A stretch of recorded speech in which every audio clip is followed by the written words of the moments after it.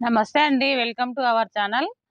నా వీడియో చూసిన చాలా మంది కూలర్ ట్రబుల్ ఎక్కడ తెచ్చిండ్రక్కా అని అడుగుతున్నారు. ఈరోజు వీడియో కూలర్ ట్రబుల గురించి తెలుసుకుందాం. నేను ఫస్టు బియ్యం సంచి మడత పెట్టి అందులో మట్టి పోసి పుదీనా ఇవే ఆకుకూర పెంచుకోవాలని అనుకొని పెంచుకుంటుంటి. ఆ మధ్యలోనే మా దగ్గర ఒక కూలర్ ఖరాబ్ అయింది. ఆ కూలర్‌ని కట్ చేసి పాలకూర పోసుకుంటే బాగుంటదని ఒక కూలరు ఇట్లా స్టార్ట్ చేసిన. పాలకూర పోసుకున్నా ఫస్టు. పాలకూర పోసుకుంటే మంచిగొచ్చింది. అప్పుడు నాకనిపించింది కూలర్ ట్రబులు ప్లాస్టిక్ గూడా గాదు. ఎండకు, వానకు పాడు గావు అని నాకప్పుడు ఐడియా వచ్చి ఒక షాప్ దగ్గరికి పోయినాము. షాప్ దగ్గరికి పోతే ఆయన ఒక 2 ఇచ్చిండు. కొనుక్కున్నాం ఆడ. ఇంకొక షాప్ దగ్గరికి పోతే ఇంకొక 2 ఇట్లా నేను మా బాబుని సాయంత్రం బయటికి తోలుకొని పోతాం గదా!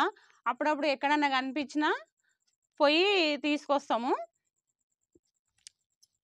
ఇంకొకటి మా వారు గూడా బయటికి పోయినప్పుడు ఏడైనా కనిపిస్తే తీసుకొస్తాడు.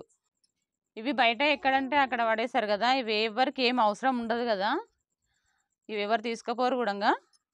ఏడంటే ఆడ ఉంటాయి. ఖాళీ ప్లేస్ ఉంటాయి గదా! అక్కడ. ఇది నా ఫస్ట్ కూలర్ డబ్బా మా ఇంట్లోది. ఇందులో పాలకూర ఏసిన. ఇందులోనే ఇక్కడ వాటర్ డబ్బా మాదే ఖరాబ్ అయింది. కింద గూడా పోయింది. పైన గూడా ఇట్లా అడుగు మొత్తం పోయిండే. కట్ చేసి కాకర చెట్టు ఏసిన. కొంచెం వెడల్పుగా ఉంటది గదా! ఏర్లు గూడా మంచిగా పోతాయని ఒక మూలకు పెట్టేసిన ఇది. మూలకు పెట్టి ఇక్కడ ఖాళీగా ఉంది కాబట్టి పాలకూర పోసుకున్నా. మంచిగొచ్చింది చూడు పాలకూర. ఒక 4 సార్లు, 5 సార్లు తెంపుకున్నా.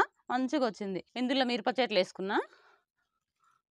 మిరప చెట్లేసుకుంటా. ఇక్కడ గూడంగా కొత్తిమీర గానీ ఏమన్నా పోసుకుంటా. 2 చెట్లున్నాయి. మస్తు కాయలొచ్చినాయి. అయిపోయినాయి ఇప్పుడు. అయిపోతున్నాయి. ఇట్లా ఏసుకుంటా. మిరప చెట్లు, వంకాయ చెట్లు అవన్నీ పెట్టుకుంటా ఇటువంటి దాంట్లో. ఇంకో ట్రబ్బులోనేమో తోటకూర పోసుకున్నా. బాగొస్తది ఈ ట్రబ్బులల్లో. సగం వరకే మట్టి పోసుకుంటా. ఎందుకంటే లైట్ వెయిట్‌గా ఉండాలి గదా! నేను ఒక్కదాన్నే లేపి పెట్టుకుని ఇంక ఇట్లా అల్కగా ఉంటది. కిచెన్ వేస్ట్ ఏసి కొంచెం మట్టేసా కాబట్టి అల్కగా ఏం బరువు గూడా ఏముండదు. ఒక్కరే పెట్టుకోవచ్చు. ఇందులోనే ఒక సైడ్‌కు పుండికూర చెట్టు ఉంది. అంటే ఫస్ట్ పుండికూర పోసినుంటి నేను. ఇది ఒక సైడ్‌కే ఉంది గదా అని ఇది ఇడిచిపెట్టేసిన. విత్తనాలు అయితాయి గదా అని. మధ్యలో ఉన్నాయన్ని తీసేసి తోటకూర పోసుకున్నా. ఈ 2 ట్రబ్బులైతే ఒక షాప్‌లో కొనుక్కొచ్చినాము. ఈ 3 ట్రబ్బులు చూసినాం గదా! ఇంకిన్ని చూపిస్తారండి. ఈ 2 తొట్లు బయట ఇట్లా వాళ్ళకి అవసరం లేక పడేస్తారు గదా! మేము అక్కడిక్కడ పోతుంటే చూసి ఆడికి కట్ చేసుకొచ్చినాము. ఇవి 2 అవి బయట తెచ్చినవి. ఇంట్లో మిరప చెట్లు పెట్టుకున్నా. అతికినాయి. కొంచెం కొంచెం ఆడాడ తోటకూర మొలిచింది. ఒక 2, 3 రోజులు అయినాక ఈ తోటకూర మొత్తం తీసేసుకొని ఇట్లా కలిసినట్లు ఏర్లు కదిలేటట్లు మంచిగా అన్నామంటే ఇవి మంచిగా వచ్చేస్తాయి. అతికినాయి మిరప చెట్లు. ఇంకొక ట్రబ్బుల ఇది ఆనకాయ చెట్లు వేసుకున్నాము మధ్యలో. ఇదంతా తోటకూర పోసుకున్నా. ఇది ఇక తీస్తా. ఇది మొత్తం తీసి ఇట్లా మట్టి లూజుగా చేసినామంటే ఇవి పైకి వచ్చేస్తాయి. పైకి వచ్చేసినాక మళ్ళీ మనం ఇక్కడ కొత్తిమీర కానీ తోటకూర కానీ పోసుకోవచ్చు. మేము పందిరి వేసుకున్నాం కదా! ఇది ఇట్లా ఒక కట్టె వారుతాయి. కట్టె వాతి తాడు కట్టినామంటే పందిరికి వారుతుంది. ఇది పైకి పోతుంది. కింద మొత్తం ఆకుకూరలు పెంచుకుంటాను నేను. ఇది ఇక్కడ మంచిగా పోతుంది ఇట్లా.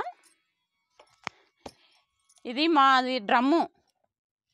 ఇది పాడైండే. ఫస్ట్ నేను ఒక కూలర్ డబ్బా ఈ డ్రమ్ములోనే పెట్టుకునేదాన్ని. ఈ రెండిట్లో మంచిగా వచ్చినందుకు ఇవన్నీ తయారు చేసుకున్నా నేను. ఫస్ట్ నాకు ఇది ఒక కూలర్ డబ్బా బియ్యం సంచులు. ఇందులోనే ఆనకాయ చెట్టు వేసుకున్నా. ఒక దోసకాయ చెట్టు వేసుకున్నా. ఇవి చూడండి ఆనకాయ చూడండి. ఫస్ట్ పందిరి వేసినాక నా పందిరి మీద ఆనకాయ అయ్యింది. ఫస్ట్ ఆనకాయ ఇది ఇంకా అవుతుంది. పైకి పోతుంది ఇప్పుడే.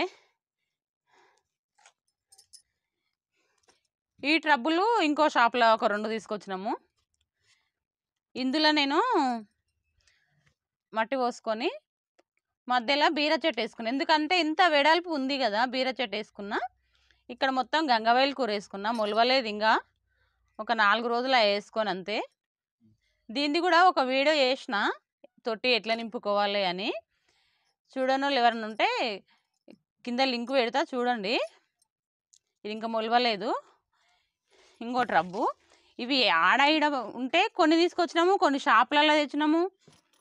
ఎవరికి ఏం అవసరం ఉండదు. ఇవి ఏడంటే పాడైనాయి అంటే ఉట్టిగానే పడేస్తారు కదా.